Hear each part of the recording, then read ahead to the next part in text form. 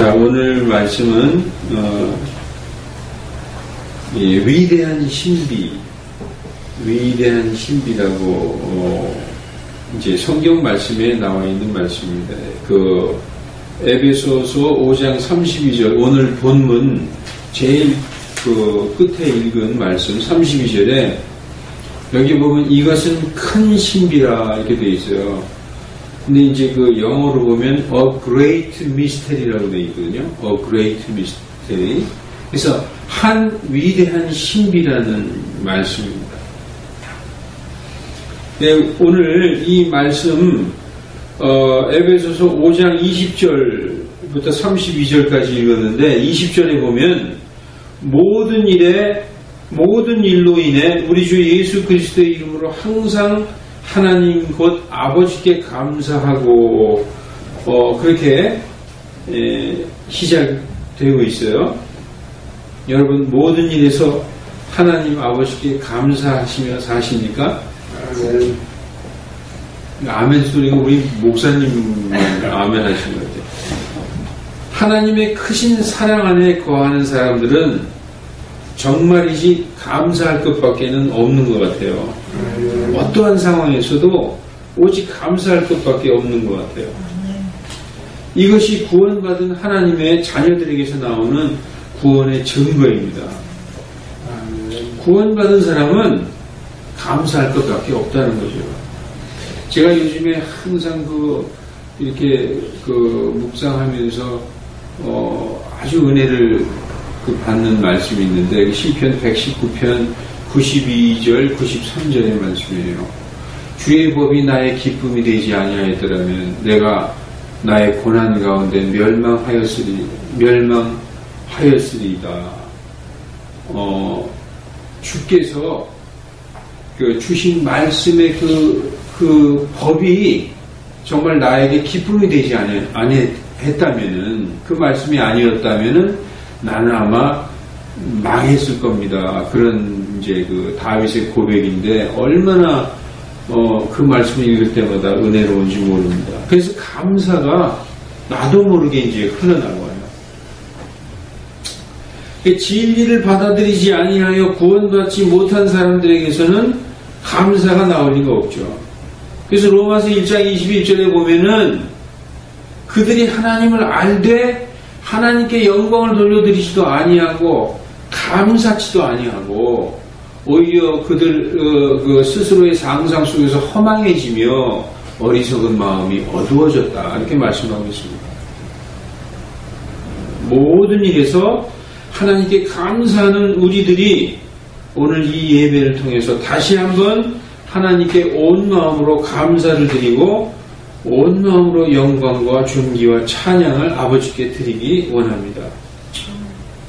성경 말씀에 하나님 앞에서 모든 민족들은 그 물통에 한 방울의 물 같다라고 말씀하고 있어요. 이 말씀 재밌죠? 모든 민족은 물통에 있는 한 방울의 물 같고 그 모든 민족은 저울 위에 있는 조그만 먼지 같아가지고 아무것도 아니라는 거죠. 그냥 허망하다는 거예요. 모든 민족들은. 여러분 물통 속에 물이 있는데 거기 한 방울 물 있으나 마나도 똑같잖아요. 그리고 저울 위에 아무리 정밀한 저울이라도 조그만 먼지가 저울 위에 이렇게 있다 칩시다. 그러면 그 먼지 때문에 저울 눈이 움직이나요? 움직이지도 않아요. 그래서 지금 모든 민족들이 하나님의 눈앞에서는 그 물통 안에 있는 한 방울의 물 같은 정도요. 그리고 저울 위에 있는 조그만 먼지 같은 정도라는 거죠. 하물며 우리 이 각 사람, 우리 한 사람 한 사람은 하나님 앞에서 그야말로 무라는 거예요. 없을 무. 영어로 nothing이라는 게 nothing. 아무것도 없는 존재라는 거죠. 그래서 또 다윗이 시편에서 이런 말씀을 했어요. 보소서 주께서 내 날들을 한 뼘만큼 하셨다. 그러니까 우리의 인생이라는 건요. 하나님 눈앞에서 요 한 뼘밖에 안 된다는 거예요. 그렇고 내 시대가 주의 눈앞에서는 없는 것 같은 나띵 같은 존재라는 거죠. 그리고 모든 사람은 그 사람의 최선의 상태에서도 뭐 내가 성공했다. 뭐 요즘에 국회의원 선거 때문에 막 내가 국회의원이 됐다 할지라도 헛된 존재라는 거죠. 하나님 앞에서는 아무것도 아니라는 거예요. 제가 운동하면서 시편을 읽다가 사람이 무엇이간데 하나님께서 그를 깊이 생각하시나이까 사람의 아들이 무엇이간데 하나님께서 그를 찾아오시나이까 이 말씀을 읽으면서 마음이 뭉클해지더라고요. 이게 보면은 우리가 하나님을 찾은 게 아니라 하나님께서 먼저 우리를 사랑하시고 깊이 생각하시고 찾아와 주셨다라고 성경에서 말씀하고 있어요. 그 요한일서 4장 10절에 보면 사랑은 여기 있으니 우리가 하나님을 사랑하는 것이 아니요 그분께서 먼저 우리를 사랑하시고 우리의 죄들로 인하여 자신의 아들을 화해 헌물로 우리에게 주셨으니 그런즉 우리가 서로 사랑하는 것이 마땅하도다. 그렇게 기록되어 있습니다. 자, 오늘 말씀은 위대한 신비, 하나의 위대한 신비, a great mystery, 이 말씀은 남편과 아내의 사랑에 대한 이야기입니다. 오늘 본문의 핵심은 5장 32절에 남편과 아내의 신비예요. 남편과 아내의 신비. 이것은 큰 신비니라, a great mystery. 이게 비밀이 아니라 신비라고 성경은 말하고 있어요. 그러나 내가 그리스도와 교회에 대하여 말하노라 이렇게 말씀하고 있습니다. 성경의 신비, 미스테리는 21번 나오는데 뭐 하나님의 신비, 그리스도의 신비 뭐 이렇게 그 신비라는 단어가 한 21번 나와요. 근데 그 중에서 단 한 번 남편과 아내의 신비는 큰 신비, 한 위대한 신비라고 말씀하고 있습니다. 특별한 신비라는 거죠. 개역성경은 이 미스테리라는 단어를 거의 비밀로 번역을 했는데 비밀은 감추어둔 것이나 숨겨야 할 것들을 말하는 거죠. 그러나 신비는 감추어두고 이렇게 묻어둘 것이 아니라 드러내야 될 것을 말하고 있어요. 그래서 이것은 비밀이 아니라 신비로 번역해야 된다. 여기 한번 고린도전서 14장 2절에 킹제임스 성경에 보니까 알지 못하는 언어로 말하는 자는 그가 영 안에서 신비들을 말하느니라 이렇게 번역했어요. 근데 개역성경은 똑같은 구절을 방언을 말하는 자는 영으로 비밀을 말함이니라 이렇게 말하고 있습니다. 근데 신비가 맞냐 비밀이 맞냐? 이 고린도전서 14장 28절에 만일 통역하는 자가 없으면 방언을 통역하는 자가 없으면 그는 교회 안에서 잠잠하고 이런 말씀이 나오죠. 그게 만약에 비밀이라면 그걸 비밀을 통역을 해서 딴 사람이 다 알게 한다고 그 비밀이 아니잖아요. 그 말이 안 되는 거죠. 이건 뭐냐? 비밀이 아니라 신비라는 거예요. 신비는 감추어진 어떤 그 신비스러운 뜻을 다 알게 하라는 거예요. 그래서 통역하라는 거죠. 그래서 이게 비밀이 아니라 신비라는 것입니다. 자, 오늘 본문 22절에 아내들아 너희 남편에게 복종하기를 주께 하라 이렇게 말씀하고 있어요. 우리 교회 자매님들은 그렇지 않으시리라 생각합니다만 여성들이 이 말씀을 들으면 짜증이 팍팍 날지도 모르겠습니다. 지금처럼 여권이 신장된 시대에 뭐 요즘에 거의 여자분들이 그냥 다 위에 계시더라고요. 뭐 웬만한 나라의 그 수상이나 총리들도 거의 다 여자분들이에요. 아마 미국 대통령도 제가 볼 때는 거의 아마 힐러리가 될 것 같아요. 뉴스 나왔어. 그죠? 뭐 거의 모든 역사상 첫 대통령이 될 거라고. 네. 거의 미국의 모든 주에서 저 힐러리가 아주 그냥 강력하게 지금 우세하고 있습니다. 그래서 이렇게 지금처럼 이 세대처럼 여권이 신장된 시대에 그냥 남편에게 잘하라 이것도 아니고 남편에게 복종하기를 죽게 하라 이렇게 말하니까 야 이건 뭐 여자만 너무 성경은 여자만 비하하는 것 아니냐라고 생각할 수 있어요. 그러나 이 그러나가 중요합니다. 그러나 이어지는 23절에 이는 남편이 아내의 머리됨이 그리스도께서 교회의 머리 되심과 같기 때문이다. 그분은 그 몸의 구원자시니라. 그러므로 교회가 그리스도께 복종하듯 아내들도 모든 일에서 자기 남편에게 복종할지니라 라고 말씀하고 있어요. 오늘 여기에 말씀의 핵심이 있어요.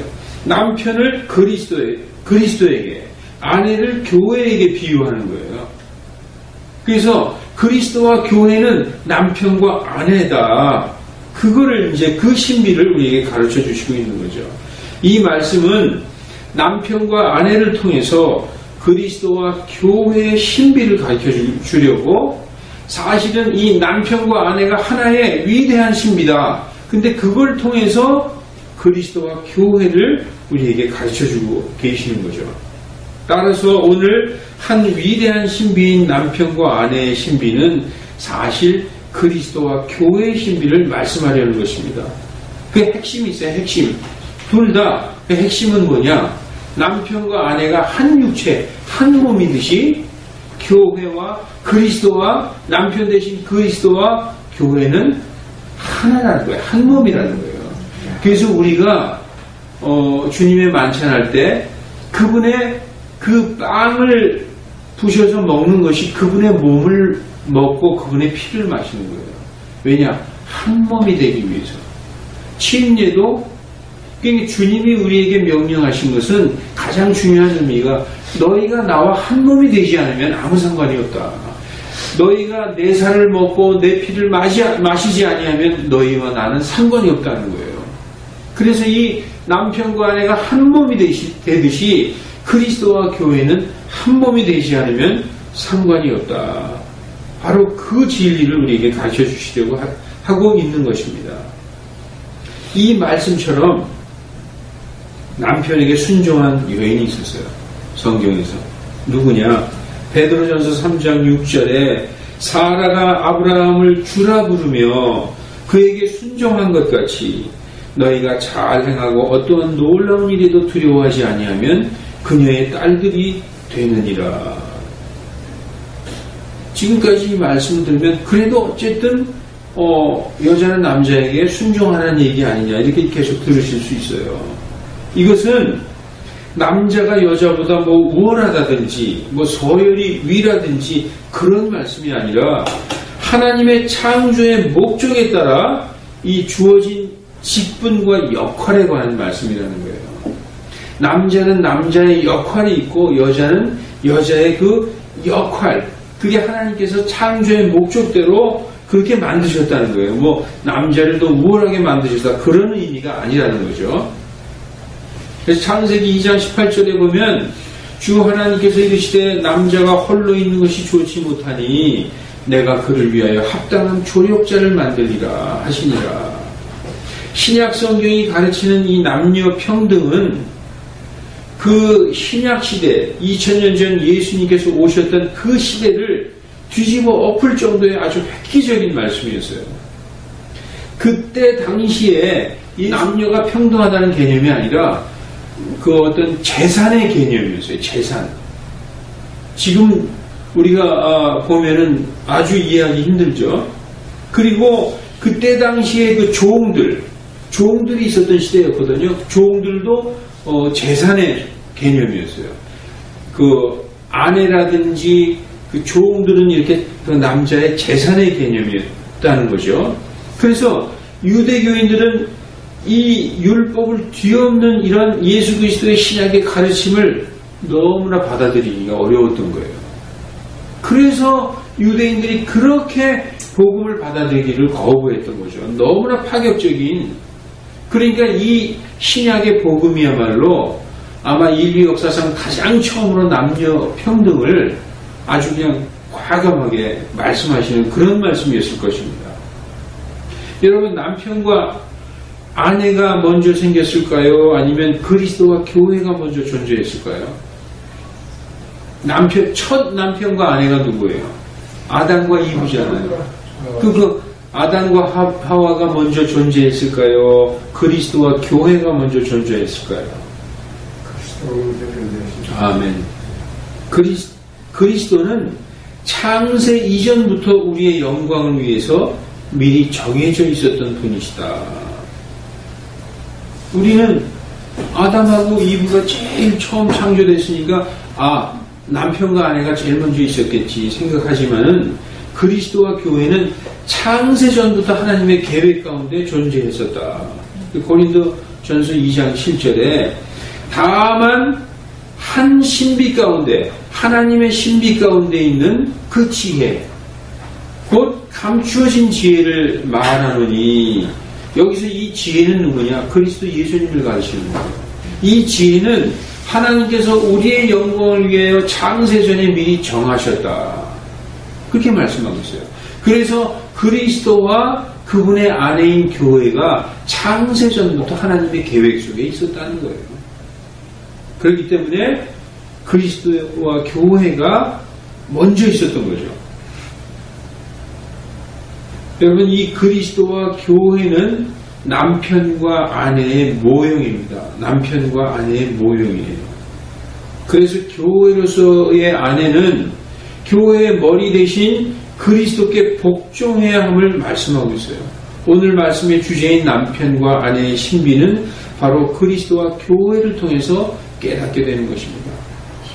사랑하는 성도 여러분, 그러므로 남편과 아내는 어쩌다 만난 그대, 어쩌다 마주친 그대가 아니라 창세전부터 하나님의 뜻에 따라 예비된 그대라는 거예요. 얼마나 소중합니까? 창세기 2장 24절에 오늘 본문 에베소서 5장 31절 똑같은 말씀이 지금 창세기 2장 24절에 있어요.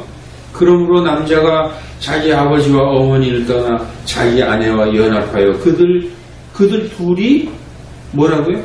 한 육체라는 거예요. 한 육체. 예수 그리스도와 그분의 몸된 아내, 정결한 한 순결한 신부로서의 교회도 한 몸이라는 거예요. 이게 바로 오늘 가르쳐 주시는 말씀의 핵심입니다. 하나님께서는 창세전에 그리스도와 교회를 미리 정하셨고 그 축소판을 또 하나 계획하셨는데 그것이 바로 남편과 아내라는 거예요. 따라서 교회의 가장 작은 단위, 교회의 가장 작은 단위가 뭡니까? 바로 남편과 아내예요. 남편과 아내가 그 교회 자체라는 거예요. 남편과 아내가 그 교회 자체임을 성경 말씀을 통해서 우리가 알 수 있다는 거죠. 그러므로 성도는 가정을 어떻게 생각해야 할까요?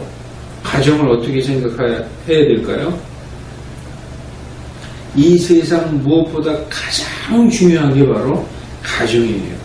남편과 아내라는 거죠. 성경이 그렇게 가르치고 있고 그것이 바로 하나님의 뜻이라는 겁니다. 교회로 인하여 남편과 아내가 불화가 생기면 우리 그런 거 많이 보잖아요. 나 그 교회 안 나갈래. 난 절에 갈래. 라든지 종교 때문에 많은 부부간의 갈등이 있을 수도 있죠. 교회로 인하여, 종교로 인하여 남편과 아내가 불화가 생기면 배우자와 이혼하고 우리 교회에 나오라고 하는 교회가 많아요, 요즘에.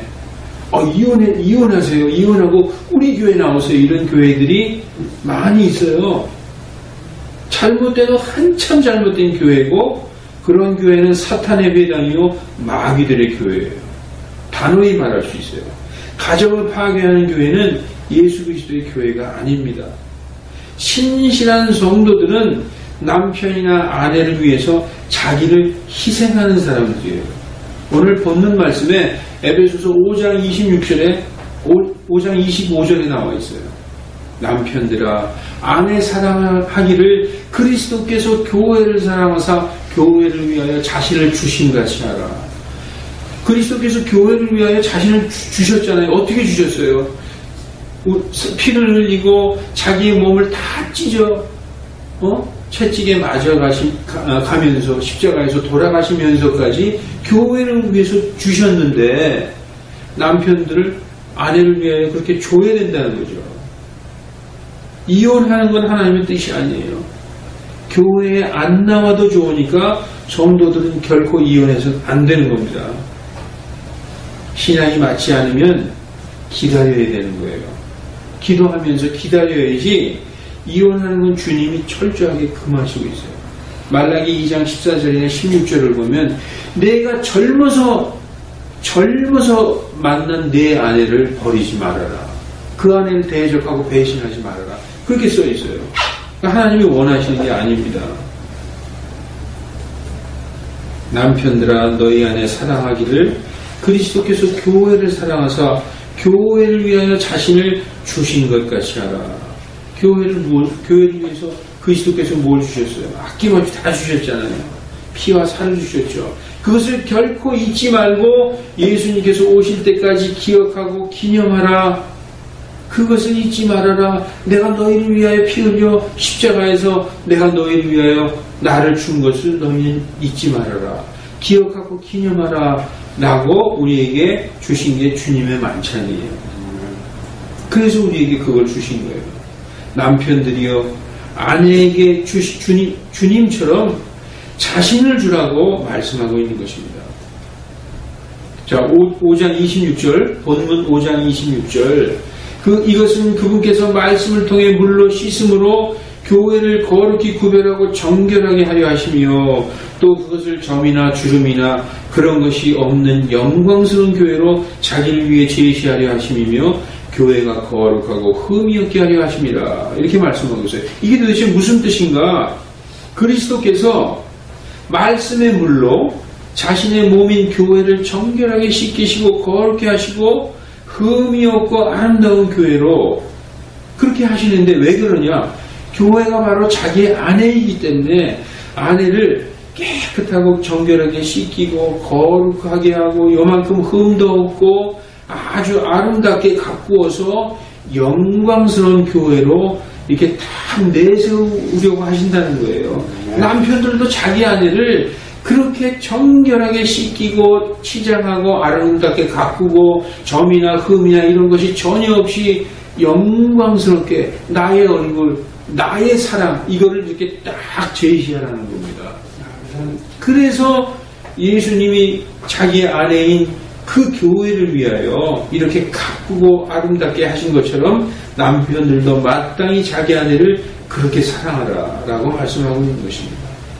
그래서 5장 28절 이와 같이 남자들도 마땅히 자기 아내를 자기 몸같이 사랑할지니 자기 아내를 사랑하는 자는 자기를 사랑하느니라.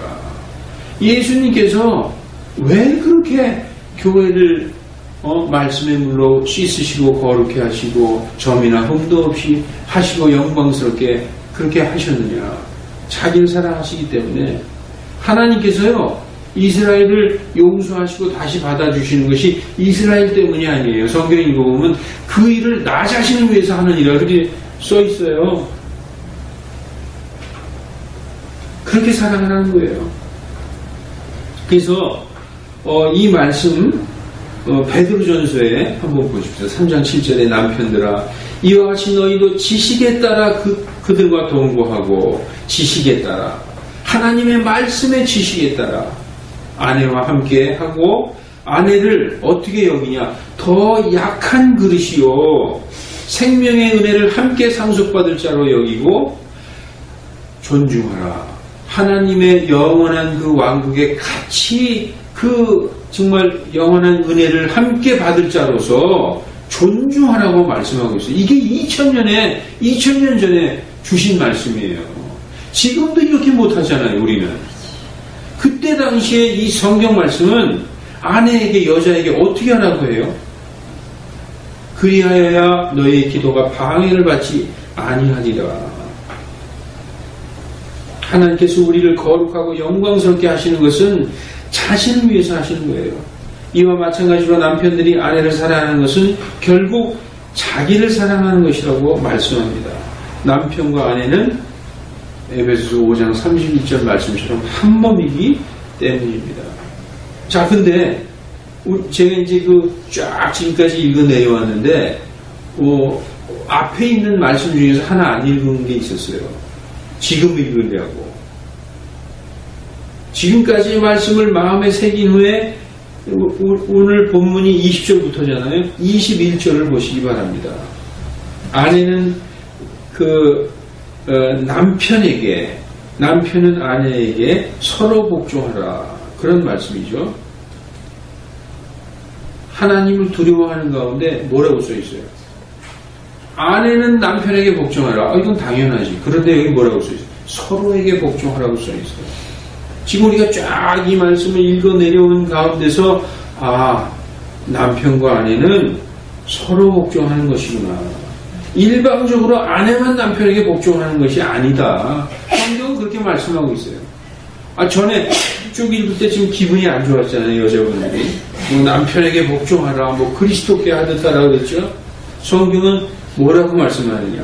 서로에게 복종하라. 분명히 성경은 서로에게 복종하라 이렇게 말씀하고 있어요. 하나님을 두려워하는 가운데 서로에게 복종하라. 그래서 베드로전서 3장 8절에도 끝으로 너희는 다 한마음이 되어 서로를 동정하며 형제로서 사랑하고, 남편과 아내 이전에 하나님 주님 안에서 형제라는 거예요. 남편과 아내가 형제로서, 주님 안에서 형제로서 사랑하고 불쌍히 여기며, 불쌍히 여기는 마음이 있어야 돼요. 그게 바로 하나님의 마음이에요. 예의 바르게 행하라. 얼마나 멋있어요, 성경 말씀이.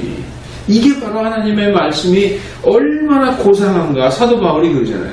하나님의 말씀이 고상하기 때문에 내가 세상에 알던 지식은 다 버려놓으라. 너무나 고상하다는 거예요. 그죠? 정신병자 아니고야 자기 육체를 학대하는 사람이 없어요.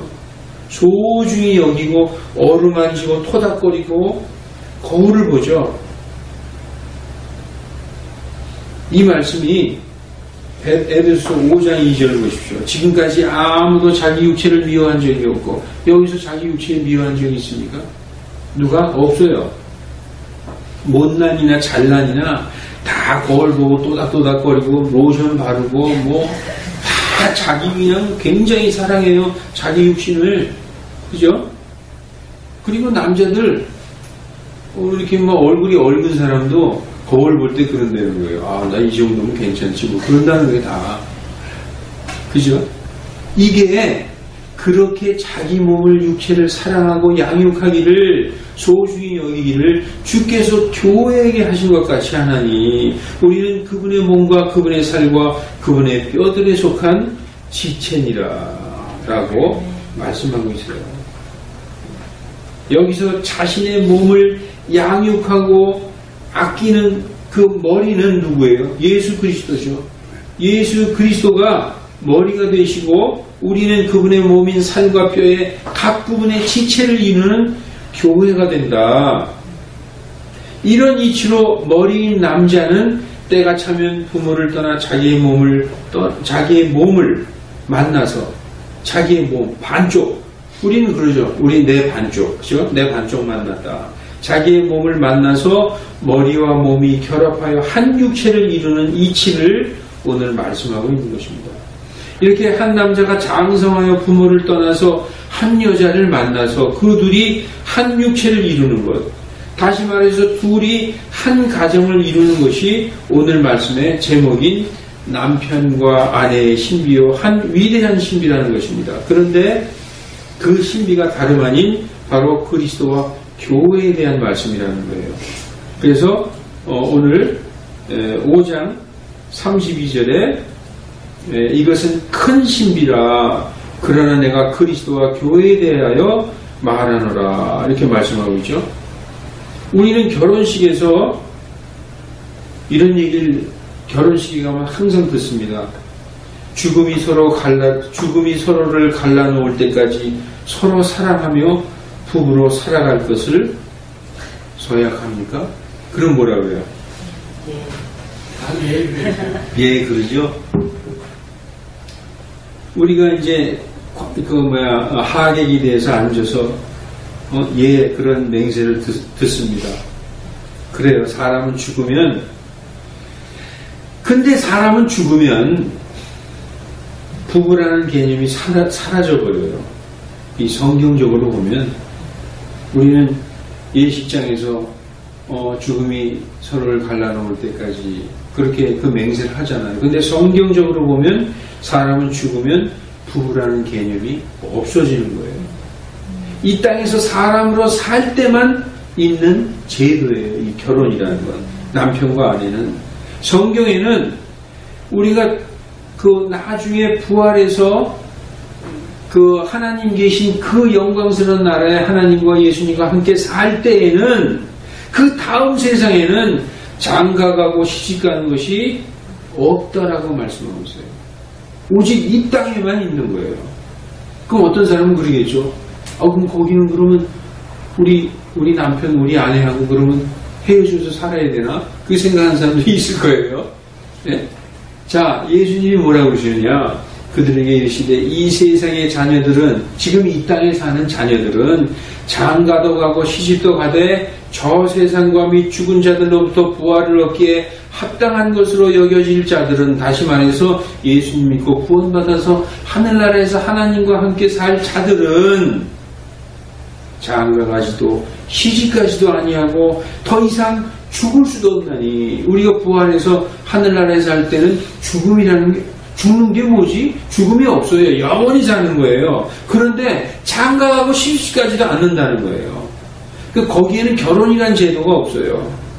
이는 그들이 천사들과 동등하며 부활의 자녀들로서 하나님의 자녀들이기 때문이라 라고 말씀하고 있죠. 따라서 이 땅에 살아있는 동안만 남편과 아내로서 살게 되고, 부활 후에 다음 세상에서는 다시는 부부라는 개념이, 그 제도가 없는 삶을 살게 되는 거예요.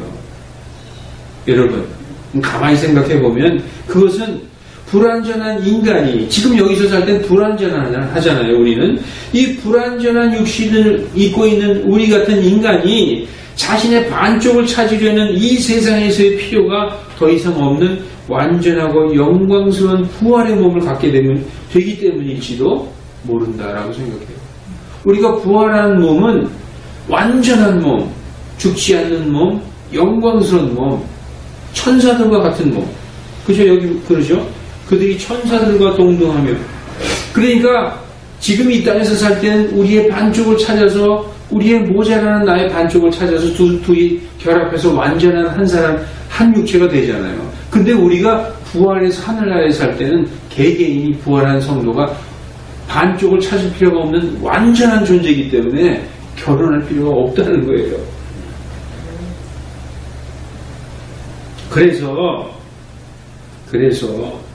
그러므로 우리는 현재 이 세상에 살 동안 다시 오지 못할 이 시간 속에서 남편과 아내에게 자신의 최선의 사랑을 아낌없이 베풀어야 되지 않겠어요? 그죠? 이렇게 오늘 밤에라도 이제 가서 이렇게 잘 때 남편이나 아내 자는 모습을 쳐다보면서, 저 세상에 우리가 부활해서 살 때는 이제 우리는 더 이상 아내나 남편이 아니구나. 이 땅에 있을 동안만 아내와 남편이구나. 내가 정말 이 사람에게 나의 모든 사랑을 베풀어줘야지 하고 잘해주시기 바랍니다. 우리는 이 땅에서 살 동안만 배우자를 갖게 되는데, 부활하여 살게 될 영원한 왕국에는 오직 한 남자건 여자건 모두가 신부가 되는 거예요. 남자도 신부가 되고 여자도 신부의 입장이 되는 거예요. 그래서 한 신랑을 섬기고 영원히 영적인 사랑을 나눌 텐데, 그땐 육체적인 사랑이 아니에요. 영적인 사랑을 나눌 텐데, 그 영원한 신랑, 저도 남자지만 신부가 돼서 영원한 신랑을 섬기고 그 신랑과 살 텐데, 그 영원한 신랑은 우리의 구원자, 우리 구주 예수 그리스도라는 거예요. 지금 이 땅에 살 때만 지금 결혼하고 그런 게 있다는 거죠. 남편과 아내가 있고, 우리가 하늘나라에서는 오직 우리의 신랑이신 예수 그리스도, 그분의 우리가 아내가 된다는 거죠. 그래서 우리 구원받은 모든 성도들이 순결한 한 처녀로서 그분의 아내가 되는 것입니다. 이제 말씀을 마치겠습니다. 설교 서두에 제가 분명히 그렇게 말씀을 드렸어요. 그리스도와 교회가 예표고 이 땅의 남편과 아내가 실제라고 말씀을 드렸지만 제가 이 말씀을 정정합니다. 성경으로 볼 때 이 땅에서 육신의 남편과 아내의 큰 신비는 사실 실제가 아니에요. 하나님의 왕국에서 신랑 되신 예수 그리스도와 순결한 한 처녀로서의 우리가 영광스러운 교회에서 그분의 신부가 되는 그리스도와 그분의 순결한 한 처녀로서의 교회가 실체고 여기에서 아내와 남편은 예표가 되는 그림자라는 거예요. 무슨 말씀인지 이해하시겠습니까? 설교 서두에서는 그리스도와 교회가 예표고 남편과 아내 하나의 그 큰 신비가 실체라고 말씀드렸지만 우리가 이 말씀을 지금 쫙 듣고 보니까 이 땅에서 남편과 아내는 예표와 모형이요 하늘나라에서 하나님 앞에서 살 때에 그것이 실체구나. 이것을 아는 저와 여러분이 되시길 바랍니다. 그래서 이 땅에서의 남편과 아내는 잠깐 있다 없어지는 것으로서 아까 그랬죠. 하나님 앞에서 우리는 nothing이에요. nothing. 그분께서 온 민족들을 다 합해놔봐야 물통 속에 있는 물 한 방울 있으나 마나 하는 저울 위에 있는 조그만 먼지 같은 존재라는 거예요. 그래서 하나님의 왕국에서 신랑 되신 예수 그리스도와 순결한 한 처녀로서 우리가 영광스러운 교회로서 그분의 신부가 되는 게 실체고 이 땅에서의 남편과 아내는 예표다. 이 땅에서의 남편과 아내는 잠깐 있다 없어지는 것으로서 인간적으로 생각하면 너무나 슬픈 이야기 같잖아요. 우리가 여기서 이렇게 생각하면 너무나 슬픈 마음이 갑자기 들지 않아요. 그러나 영원한 영광과 기쁨만이 존재하는 그 왕국에서는 인간으로 육신을 입고 땅에서 살 때의 모든 기억은 하나님께서 깨끗이 삭제해 주실 거예요. 인간으로서 살 때, 육신을 입고 살 때의 기억은 완전히 생각 안 나게 하나님께서 지워주신다. 계시록 이 말씀을 읽고 마치겠습니다. 또 하나님께서 그들의 눈에서 모든 눈물을 씻어주시리라. 다시는 사망이 없고 슬픔도 울부짖음도 없으며 또 아픔도 다시는 없으리니 이는 이전 것들이 지나갔기 때문이다 하더라. 아멘. 기도하십시다.